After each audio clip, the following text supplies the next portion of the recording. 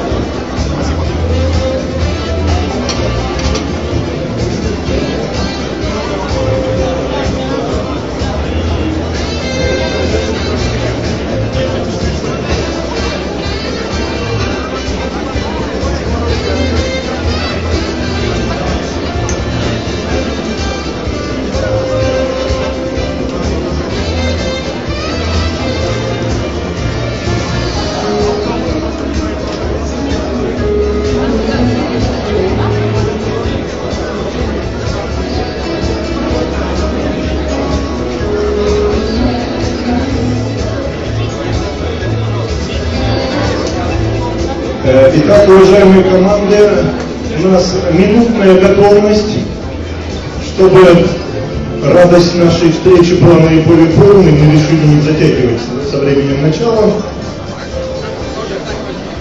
Так, команды, которые не успели подать заявки в установленное время до 4 апреля, но пришли и нашлись сейчас, занимайте свободные столики. Кто не пришел, ну, я считаю, те много потеряли. Да. Команда зато приехали, столик ее не занимаем, она у нас есть где-то. Она едет, да, еще?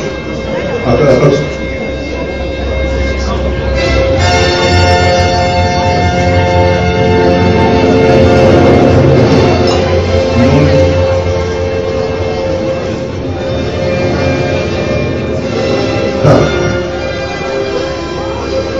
Ласточки у нас, где ласточки?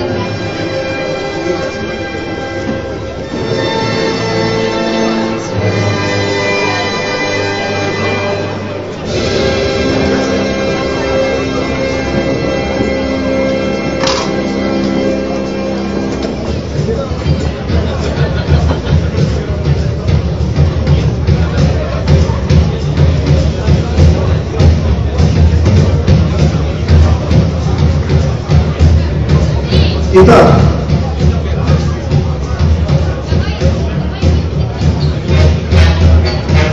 начинаем. Во-первых, все еще раз здравствуйте. Я рад приветствовать в этом большом красивом помещении. Зовут меня Михаил Андреевич Эстрин, я вице-президент Ижевского клуба интеллектуальных игр. Значит, чтобы, опять же, долго не загадывать, я хочу передать слово для приветствия человеку, который является не только мотором и инициатором этого нашего сегодняшнего турнира, но и главным энтузиастом движения «Что, где, когда», так скажем, нашим лоббистом на высоком уровне, причем не только в Ижевске, но и в своем родном Воткинске. Это депутат Государственного совета Удмуртской республики Бычков Юрий Федорович.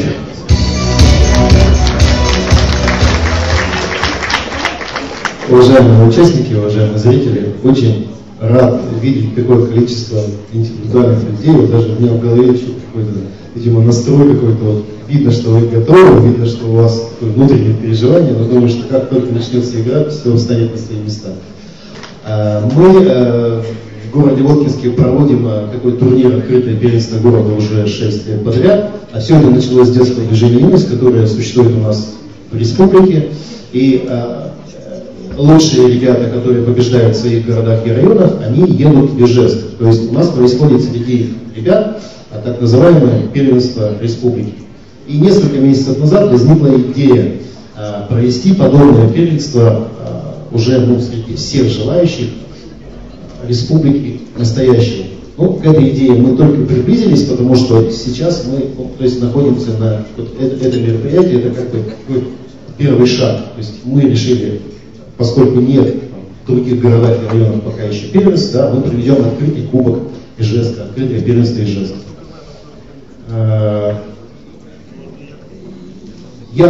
Нам бы очень хотелось, чтобы это было традиционно, и чтобы это все же переросло в дальнейшем вот именно в такой чемпионат.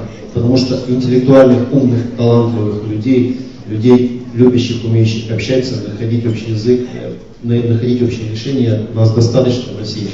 И в Удмуртии, естественно, тоже. Поэтому я рад очень, что такое огромное количество людей откликнулось. Мы постарались вместе сделать все для того, чтобы вам было сегодня хорошо и комфортно. И вот очень бы хотелось получить от вас обратную реакцию. То есть нравится, не нравится, продолжать это делать, продолжать это далее. Спасибо. Еще два слова. Тут механизм, который заставил все это дело закрутиться, у нас называется трамплин. Дело в том, что все мероприятия, которые мы проводим массовые, большие, мы проводим под идеей трамплина.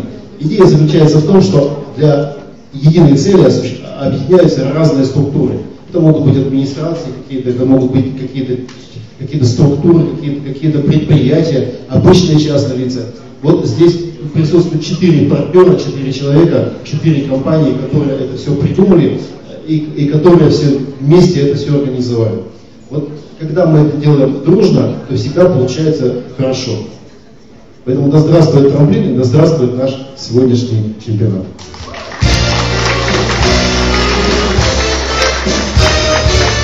Да, теперь я хочу представить еще одного, можно сказать, даже вторую главу нашего двуглавого такого символа чемпионата. Это человека, благодаря которому и благодаря компании которого все из вас могут в перерыве подойти и помахать в веб-камеру, передать привет родителям, родственникам и так далее. Значит, это директор филиала в Удмуртской республике ОАО «Ростелеком» Андрей Алексеевич Шперлин. Дорогие друзья, мне тоже очень приятно видеть вас всех сегодня такими настроенными на командную игру. Здорово, что игра «Что, где, когда» живет у нас в Ижевске, живет у нас в Удмуртии, что есть у нас такие люди, которые могут организовать эти игры, эти мероприятия. Ну, а от компании «Ростелеком» мне хотелось бы вам действительно дарить сегодня возможность общаться через интернет со своими близкими, с помощью зоны Wi-Fi, открытой высокоскоростной линии, вы можете послать смс-ки, можете послать свои смайлики, и это будет здорово. Компания «Ростелеком» традиционно уже в Удмуртской республике несет свой вклад в развитие интеллектуального потенциала республики. Надеюсь, что это не последнее мероприятие, и мы действительно с вами сегодня это продемонстрируем, что нам это интересно, это здорово, это хорошо. Пусть это живет. Спасибо. Итак, также слово для приветствия всем участникам я хочу предоставить еще одному партнеру нашего турнира, одному из организаторов. Это главному редактору журнала «Сильные кадры» Вере Сизовой. Всем здравствуйте. Мне тоже очень приятно видеть вас всех сегодня в субботу утром. Вы не остались дома, вы пришли потренироваться, поиграть. Редакция журнала «Сильные кадры» с удовольствием подключилась к организации. Мы создали группу ВКонтакте, в Фейсбуке, начали тренировки. И вот сегодня, сейчас, когда мы уже все ближе и ближе к игре, мне хотелось бы начать с такого приятного момента, как отметить самого главного участника тренировок в Фейсбуке. Я думаю, многие со мной согласятся, что это Михаил Кротиков.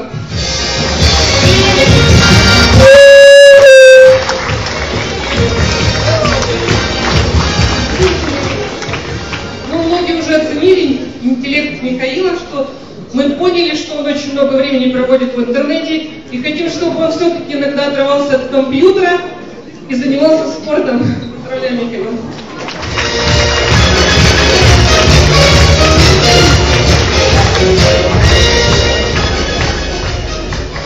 Желаю всем удачи, ну и хочется, чтобы эта игра шла долго, до следующей встречи.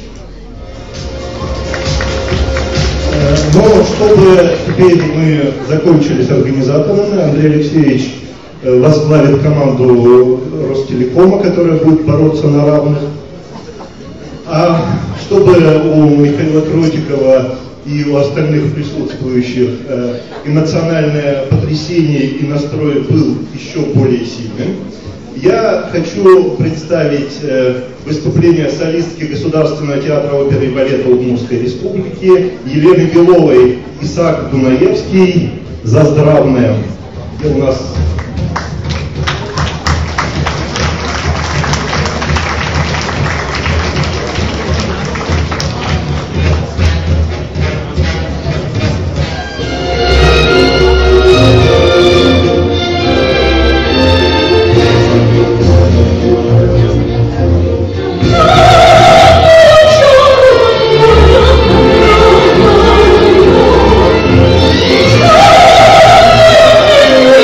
Oh,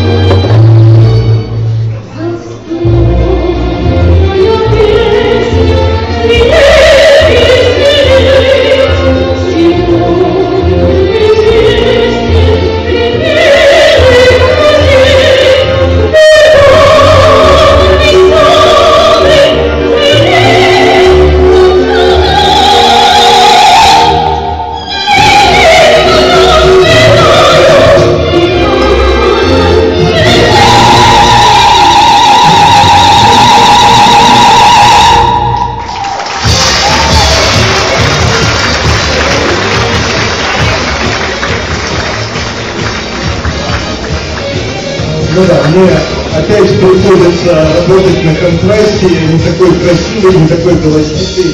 Ну ничего страшного, смотреть вам на меня, в общем-то, не надо, главное хорошо слышать вопросы и то, что я скажу сейчас. Мы переходим уже непосредственно к игровой части. У нас очень много команд, среди них есть более-менее опытные. Самых опытных, самых пораженных игроков мы просили не участвовать, чтобы борьба за наши вертолетики и прочие приятные вещи была более-менее равной. Но есть команды, которые имеют опыт игры в «Что, где, когда», а есть команды, которые только дебютируют. Я надеюсь, этот дебют им понравится, и они продолжат свою часть.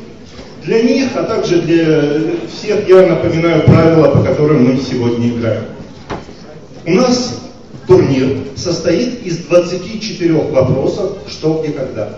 В отличие от телевизионной версии игры, в спортивной версии «Что, где, когда» играют одновременно все команды. Делается это следующим образом. Я читаю вопрос.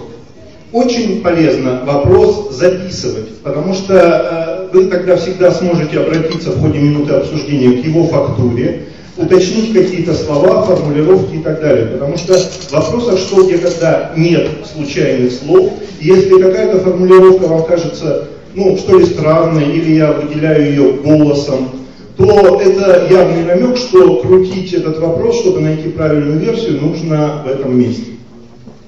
Итак, после того, как я прочитал вопрос, начинается отсчет времени. На обсуждение вопроса у вас ровно 1 минута. Вы обсуждаете, спорите, соглашаетесь друг с другом, выдвигаете версии, модерируя всем этим вопросом процессом капитана. После того, как пройдет 50 секунд, я говорю, осталось 10 секунд. Это своеобразный сигнал капитану команды, что из всего множества версий, которые вы предложите в ходе обсуждения в предыдущие 50 секунд, вам нужно сосредоточиться на 2, максимум 3. Потому что после того, как я скажу «минута», капитан команды на бланке для ответа, у всех у вас есть бланки для ответов с серыми цифрами в середине. Так вот, на этом бланке капитан команды прямо поверх серой цифры, на обороте писать не надо, пишет ответ. Он, как правило, не длинный, то есть 2-3 слова, может быть 4. Пишет ответ и поднимает руку с этим ответом вверх, вот так. Это дает сигнал ласточки, что команда готова сдать свой ответ. И вот специально обученные люди, ласточки, рамфоринхи, сокол Вентуса у нас тут есть, по-моему, вот, они подходят к вам и этот ответ забирают и сдают нам в игровое жюри. На все про все, на написание ответа и сдачу его ласточки у вас есть не более 10 секунд. Старайтесь уложиться в это время, потому что ответы, сданные позже, мы, к сожалению, не сможем принять, потому что это нарушение регламента, и вы получаете некое преимущество по отношению к другим командам. Теперь 2 момента, которые встречаются, ошибки, которые встречаются даже у очень опытных команд. Первая ошибка называется двойной, тройной и так далее ответ. Некоторые, особенно начинающие команды, очень любят давать двойные ответы. Допустим, в вопросе звучит, что есть некий великий русский поэт, погибший на дуэли в 19 веке. Вот сходу можно назвать 2 таких поэтов, Пушкин или Лермонтов. В вопросе обязательно должна быть какая-то отсечка, которая позволяет один ответ отсечь от другого. Но, допустим, команда не поняла этой отсечки или не услышала ее. И капитан, недолго думая, пишет «Пушкин в скобках Лермонтов», да, или там через запятую, или вспоминает всех великих русских поэтов, погибших в 19 веке. Так вот, такой ответ, он заранее неверный. Если мы видим на бланке 2 ответа, мы считаем, что сдан неправильный ответ, и, к сожалению, мы принять не можем. Вторая ошибка, встречающаяся даже на чемпионатах мира, по что где когда на чемпионатах России, это неудержание формы вопроса. Как правило, команды обсуждают очень бурно и эмоционально вопросы. И часто бывает ситуация, что ко времени, когда им надо написать ответ, они не помнят, о чем их спросили вначале. И получаются ответы типа, какого цвета снесла курочка ряба яичко, получаются ответы круглые там, и так далее. Вот. Для того, чтобы избежать этой ситуации, в опытных командах есть специальный человек, который на профессиональном жаргоне называется незабудкой. Он отвечает в команде за удержание формы вопроса.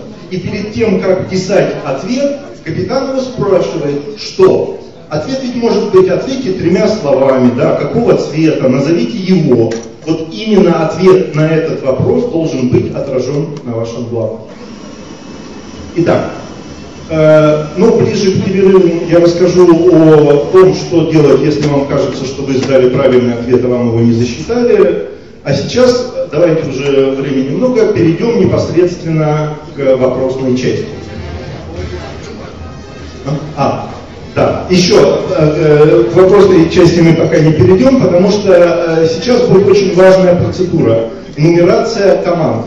На бланке для ответа, помимо вашего ответа, обязательно должен быть написан ваш номер. Вас больше 50, чтобы жюри было удобно обрабатывать, не надо писать название на бланке, вы просто пишите номер. Эти номера вам сейчас и сообщат.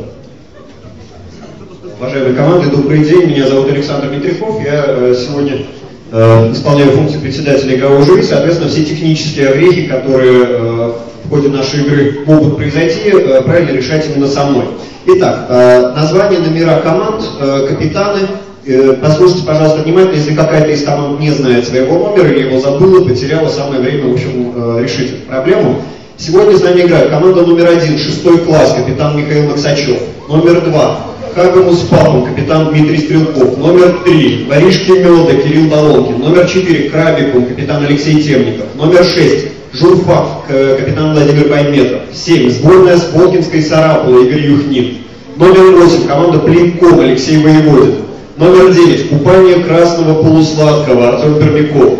Номер 10, команда Дюна, Денис Белобородов. Номер 11, команда МПУ Компьютер, капитан Рафаэль Гизатуллин. Номер 12, Затак, капитан Дарья Мерзлякова. 13, мимо проходили Олег Васильев. 14, команда Сатисфакция, Сергей Ковлев. Номер 16, команда Б-регион, капитан Константин Попков. Номер 17, Прости, прощай, капитан Михаил Кротиков. Номер 18, команда Огонь, Дмитрий Тарасов. Номер 20, команда 3551, Елена Касаткина. 21, Тревожные мысли, Илья Звалидов. 22, ТНТ Новый регион, Елена Боброва. 23, Крылья, Иван Мезенцев. 24, Мачу-Пикчу, Илья Зимин. 25, команда Найди, капитан Ксения Казанцева. 26, Техноверх, Алексей Филиппов. 27, команда П-регион 2, капитан Михаил Якучихин. Номер 28, команда Друзья, капитан Анна Перевозчикова, с большой Я на конце. Номер 29, алгоритм Пинк Флойда, Наталья Гребнева. Номер 30, команда Ижавта, Ольга Тельнова. 31, команда Александра Уткина. 32, Вектор, капитан Евгений Перевозчиков. 33, команда Друзья, еще одна команда, Друзья, капитан Мария Загребина. Номер 34, Параллелепипед, Игорь Глазырин. 36, Ойлмен, Сергей Парфимович. 37, Знатоки Белкама, Александр Кривилев. 39, Ростелеком Удмуртия, Андрей Шперник. 40, Первый раз, Жанна Широких. 41, Пикком, Тимур Гарипов. 42, Мысли вслух, Ольга Касаткина. 43, Тим, Анастасия Караваева. 44, Надус Винцер и Дарья Петрова. Команда номер 46 представляет молодежный парламент города Волкинска, капитан Айрат Газимзян. 47, Островок, Марина Курбатова. 48, команда 60 секунд, капитан Рустем Юсупов. 49, Лыбаки и Лыбки, Петр Дойников. 51, команда Пенсионеры, капитан Константин Карепанов. 52, Дозор МО, капитан Глеб Сазонов. 53, Дозор Shadow Knight, Станислав Лосенко. 54, команда Эврика, Алексей Сентяков. 55, Под крылом, Анна Бельтикова. 56, Свободная касса, Николай Ларин. 57, ЯУПРТ, Алексей Девятов. 58, Солянка, Роман Голозов. 59, ВЛ-12, Владимир Лянцев. 60, команда Тупо молчим, Даниил Манько. Уважаемые команды, есть ли в зале хотя бы одна команда, которая себя не обнаружила? Если есть, то самое время, в общем, об этом нам рассказать. Есть ли в зале хотя бы одна команда, у которой нет маленьких квадратных бумажек, которые представляют себя бланкой для ответов? Тоже самое время одному человеку от команды в этой ситуации к нам подойти и их забрать. Если нет, в таком случае я передаю микрофон Михаилу Эстрину и, наверное, время начинать.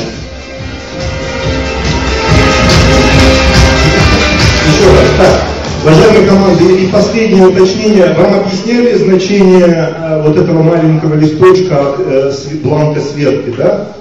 Не объясняли? А мы выдавали бланки Светки? Да. Значит, вот у вас у каждой команды, помимо пачки бланков, есть такой листочек длинный с нумерацией. Он сделан для того, чтобы облегчить восстановление справедливости на случай, если жюри допустит техническую ошибку.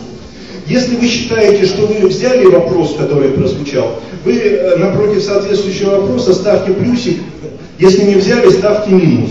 И тогда, если вам скажут, что вы взяли 23 вопроса из 24, а вы на самом деле взяли 24, вы подойдете и покажете нам, где вы считаете, что у вас расхождение с данными технического жюри, игрового жюри. Значит, первая сверка проходит после перерыва, то есть 12 вопросов, перерыв, вот уточняем, и остальные 12 вопросов, и тоже можно уточнить эти данные. Да, подходить нужно только в том случае, если оглашенные данные разошлись с вашими. Если все в порядке, никуда подходить не надо.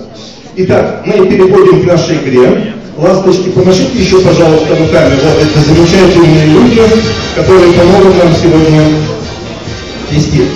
Чтобы новички немножко вошли в ритм игры, а старички, профессионалы запаса вспомнили, как это играется, у нас будет нулевой вопрос. Нулевого бланка у вас нет, сдавать вам ничего не надо, вы просто попробуйте поиграть, услышать друг друга и понять, что такое вопрос, что, где, когда.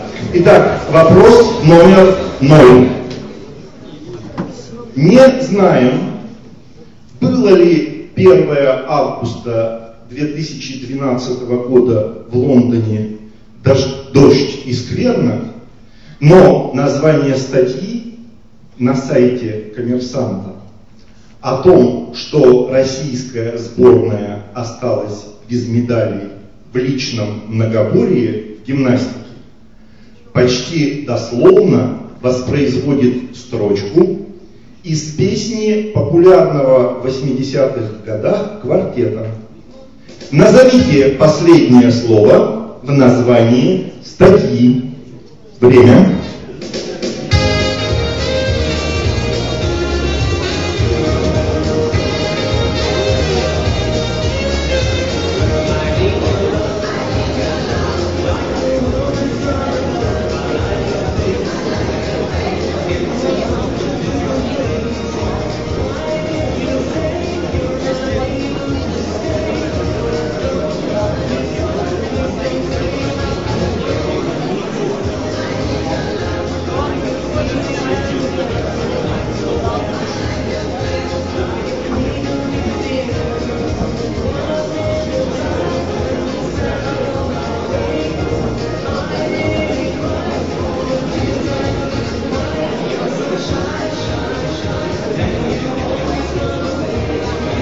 Осталось 10 секунд.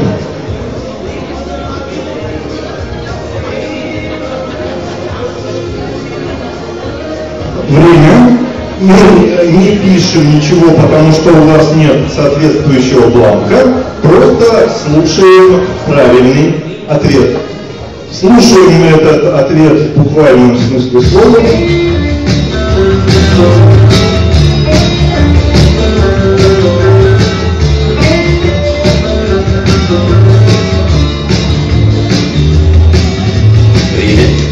Ну, собственно, достаточно, да? Привет, сегодня «Дождь и скверно», известная песня квартета «Секрет». Ключевыми словами было указание на то, что «Дождь и скверно». Многие, я думаю, знали цитату и взяли этот вопрос легко. Дальше я не обещаю, что будет так легко, но надеюсь, что будет не менее интересно. Итак, вопрос номер 1, и сразу раздача у нас. По 2 раздачи на команду. У меня большая просьба, классики раздачи белым листом вверх, чтобы те, до кого еще не дошли, не имели преимущества. Значит, да, у кого еще нет раздачи, руку вверх держим.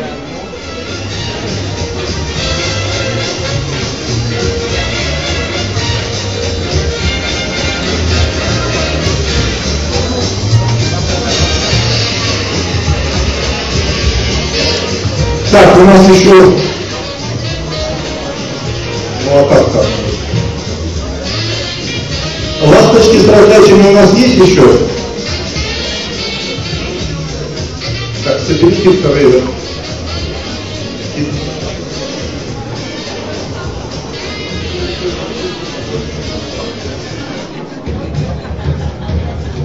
Так, еще там две команды, да?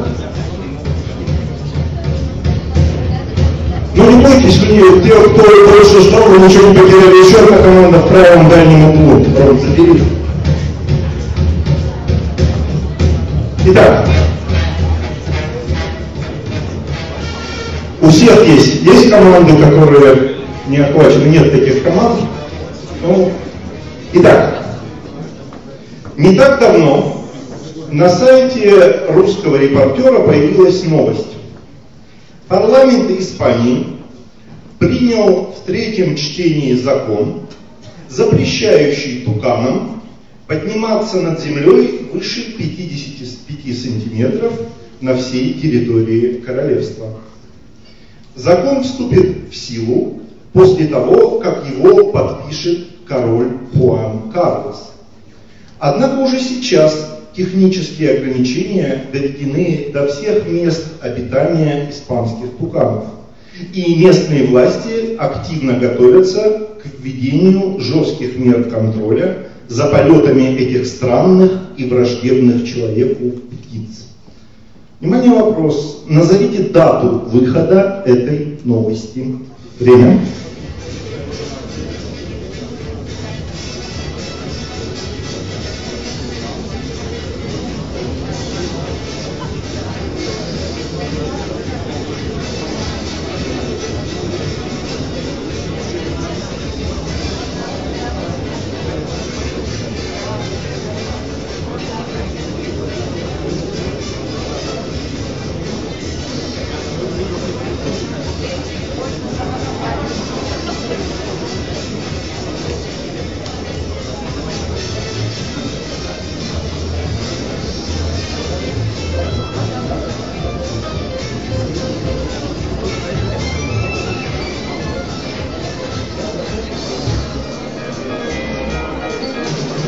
Осталось 10 секунд.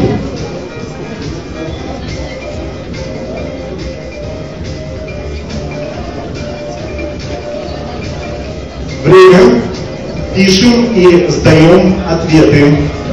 10, 9, 8, 7, 6, 5, 4, 3, 2, 1. Все, если ласточка не успела подойти, вы должны на этот момент держать руку вверху. Так, все сдали, кто хотели. Да, большая просьба. Даже если вам кажется, что вы не знаете правильный ответ, не экономите бланки, сдавайте нам пустой бланк или бланк с прочерком. Помимо того, что это помогает нам считать, да, не потеряли ли мы кого-то из команд, иногда это бывает правильным ответом. Итак, правильный ответ на вопрос номер 1, но сообщение появилось недавно, выглядит оно слегка таким неадекватным, и такие новости, как правило, появляются 1 апреля. Правильный ответ — это 1 апреля.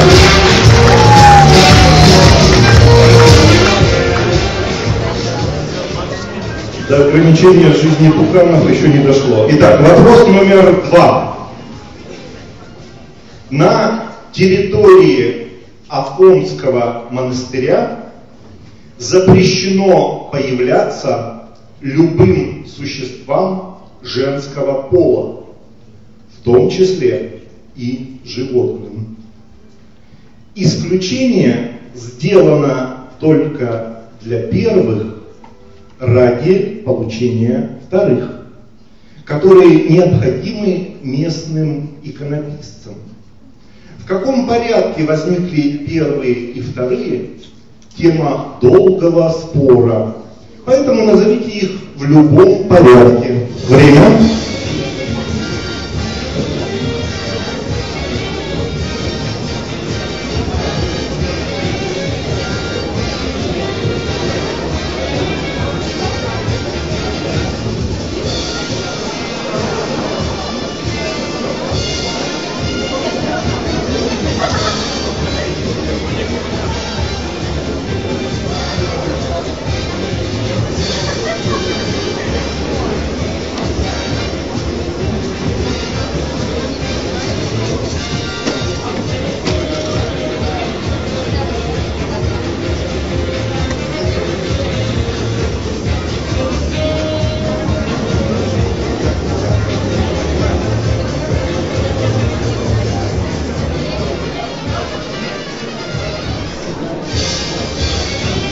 Осталось 10 секунд.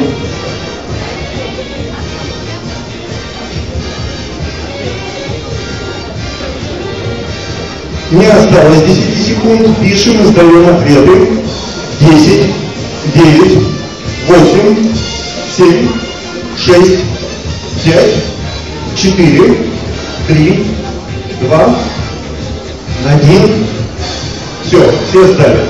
Уважаемые команды, хочу обратить ваше внимание, что сдавая ответ на 10-й или там 20-й секунде, вы лишаете себе удовольствия пообсуждать даже, казалось бы, очевидный вопрос целую минуту. Действительно, у нас турнир для средней легкости, так скажем, да, и мы поэтому делаем разные вопросы, где-то посложнее, где-то потруднее. И иногда очевидный ответ может оказаться неправильным. Даже если вам кажется, что вы уже абсолютно точно раскрутили вопрос, напишите его на бланке и поищите еще версии. Потому что если вы на 10-й секунде придумали хороший ответ и сдали его, а на 40-й к вам пришел гениальный и правильный ответ, то никто вам бланк уже из игрового жюри не вернет. Поэтому старайтесь сдерживать свои порывы. Итак, на третий вопрос у нас тоже раздача. Да, господи, конечно. Вы так быстро сдавали, что я думаю, у вас не было проблем. Правильный ответ — это курицы и яйца. Для их комнате нужен яичный желток, но, в общем, с курами пришлось примириться. Итак, раздаем, давайте поинтенсивнее, пожалуйста. А я пока напомню, что несмотря на то, что наш партнер Ростелеком обеспечил всех бесплатным Wi-Fi, пользоваться им равно любыми подсказками, любыми справочными источниками во время игры категорически запрещено. Если мы заметим это, мы, к сожалению, вынуждены будем дисквалифицировать команду. Вот дальняя команда еще, вот туда сбегай, вот сюда. Так, все, у всех есть, но опять же, по раздаче, по-моему, это не берется, поэтому никто не огорчен. Итак, на раздаче вы видите клавиатуру, специально предназначенную для них, а также две различные таблицы для людей, которые в силу жизненных обстоятельств или по долгу профессии вынуждены общаться с ними. Назовите их. Время.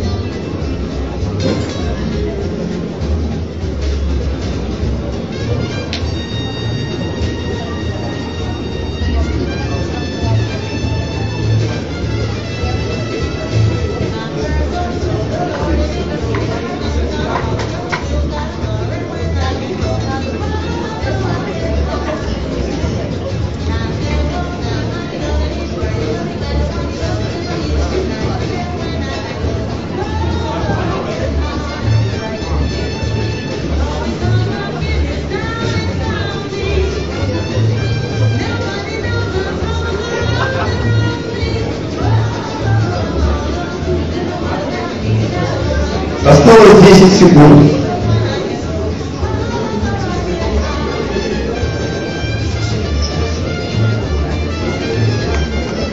Время не осталось 10 секунд. Пишем и сдаем ответы.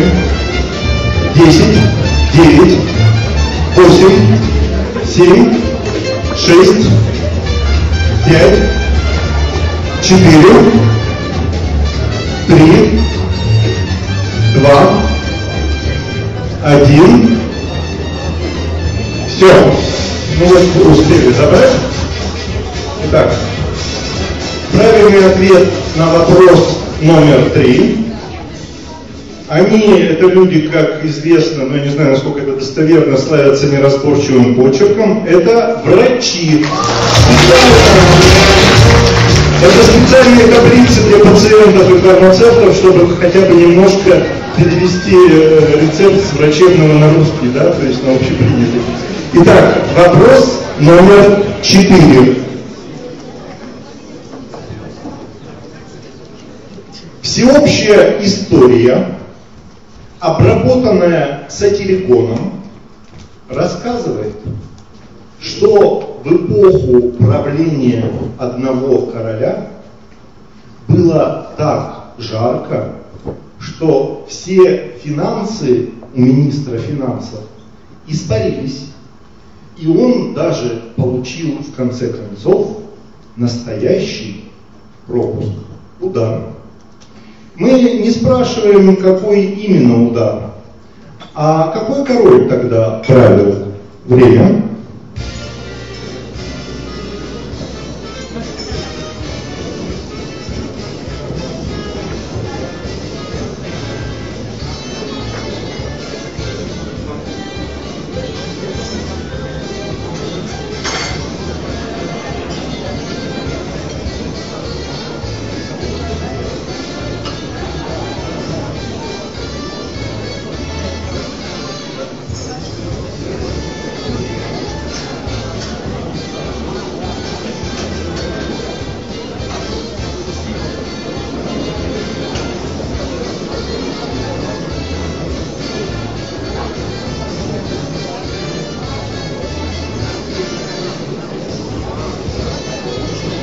Осталось 10 секунд.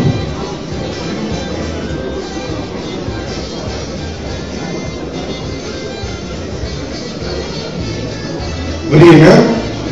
Пишем и сдаем ответы. 10, 9, 8, 7, 6, 5, 4,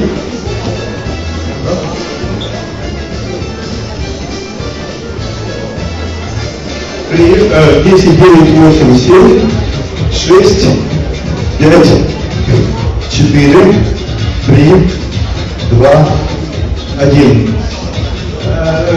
Опять же напоминаю командам о том, что нужно обязательно сдавать свой бланк с любым ответом.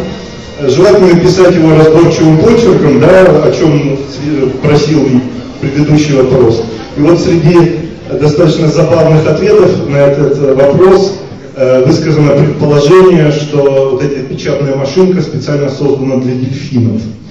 Вот. Хочу напомнить, что среди множества призов у нас есть приз за лучший неправильный ответ. Так что, да, специально за него бороться бесполезно, потому что лучшим неправильным ответом всегда является плод напряженных раздумий за минуту какой-нибудь команды, которая отвечает на полном серьезе. Итак, а правильный ответ на вопрос номер 4 – это король солнца или Людовик XIV. Ну, удар, соответственно, солнечный, да, как нетрудно догадаться. Итак, вопрос номер 5. Пианист Фредерик Шопен считал, что негромкий звук позволяет раскрыть больше возможностей инструмента.